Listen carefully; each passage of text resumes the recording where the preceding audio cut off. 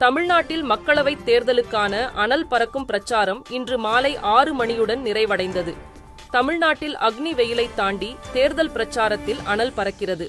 அரசியல் கட்சிகளின் தலைவர்கள் மாநிலம் முழுவதும் வாக்காளர்களிடம் தீவிர வாக்கு சேகரிப்பில் ஈடுபட்டு வந்தனர்.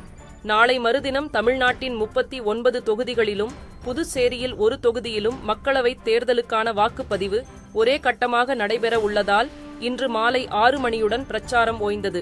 அதன் பின்னர் பரப்புரை மேற்கொள்ளக்கூடாது என்றும் தொகுதிக்கு தொடர்பில்லாதவர்கள் உடனடியாக வெளியேற வேண்டும் என்று தமிழ்நாடு தலைமை தேர்தல் அதிகாரி சத்யபிரதா சாகு அறிவித்துள்ளார்.